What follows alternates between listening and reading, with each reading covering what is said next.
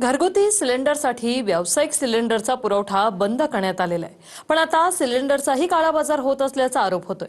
ठाण्यात 4,500 एक सिलेंडर ब्लॅकमध्ये मिळत असल्याचा आरोप हॉटेल असोसिएशनने केलाय। तर दुसरीकडे छापेमारी सुरू झाली आहे। सिलेंडरची किंमत आहे 1835 आहे आजच्या दिवस 4,000 5,000 घेतात। हे ब्लॅक धंदा चालू आहे। सिलेंडर आहे व्यावसायिक सिलेंडरचा पुरवठा बंद झाल्यामुळे बऱ्याच ठिकाणी आता काळा बाजार होत असल्याच्या तक्रारी सुरू आहेत। 1,900 रुपयांचा व्यावसायिक सिलेंडर 4,500 रुपयांना ब्लॅकमध्ये विकला जात असल्याचा आरोप हॉटेल असोसिएशनकडून करण्यात आलाय। सिलेंडर हे सगळं ब्लॅक चाललंय ठाण्यात। आत्ता पण सिलेंडर भेटतात 4,000 5,000 रुपये द्या। सिलेंडरची किंमत आहे 19 किलोची 1835 आहे आजच्या दिवस। ते मागे 120 रुपये वाढल्यानंतर हा रेट आहे आजच्या दिवस। अजूनही तुम्हाला 4,000 5,000 ताना स्टेशनला जा, तुम्हाला लगेच जातं 4,000 दे। आत्ता तुम्हाला कुठे सिलेंडर पाठवायचे सांगा, आम्ही पाठवून देतो। 4,000 5,000 घेतात। हे ब्लॅक धंदा चालू आहे। सिलेंडर आहे। सिलेंडरचा काळा बाजार रोखण्यासाठी महाराष्ट्रभर अन्न नागरी पुरवठा विभागाकडून भरारी पथकं तयार करण्यात आली आहेत। त्यानुसार शहरांमध्ये छापेमारी सुरू आहे। नागपुरातल्या जरीपटका भागात HP एजन्सीच्या गोडाऊनवर धाड टाकण्यात आली, ज्यात व्यावसायिक सिलेंडरचा पुरवठा गोडाऊनमध्ये होत नसतानाही इथे मोठ्या प्रमाणात व्यावसायिक सिलेंडरचा साठा सापडला।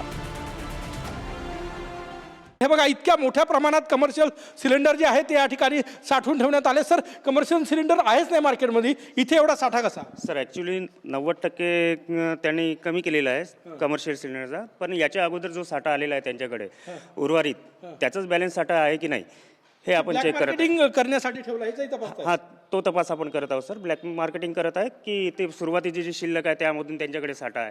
हे 5 किलोचे सिलेंडर यांच्याकडे आहे। नक्कीच आपण हे दृश्य आहे बघा, हे सगळे कमर्शियल सिलेंडर या ठिकाणी साठवून ठेवण्यात आलेले आहे।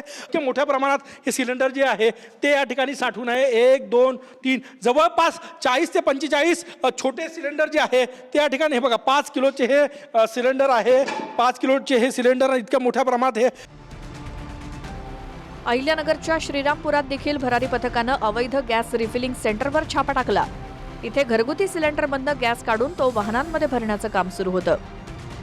7 घरगुती सिलेंडर, रिफिलिंग मशीनसह 87,000चं साहित्य जप्त करण्यात आलंय।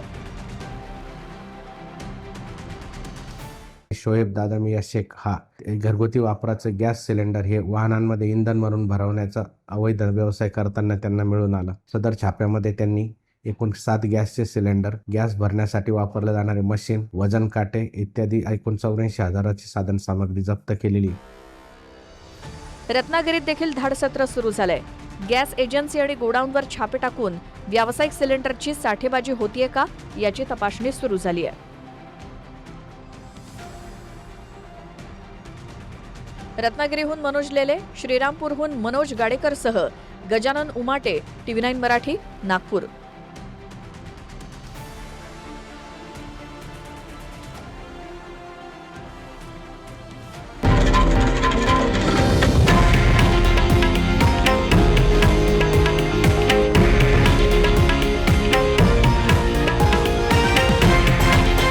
हे आहे देशातील नंबर 1 न्यूज नेटवर्क आणि आपण पाहत आहात TV9 मराठी, एकमेव।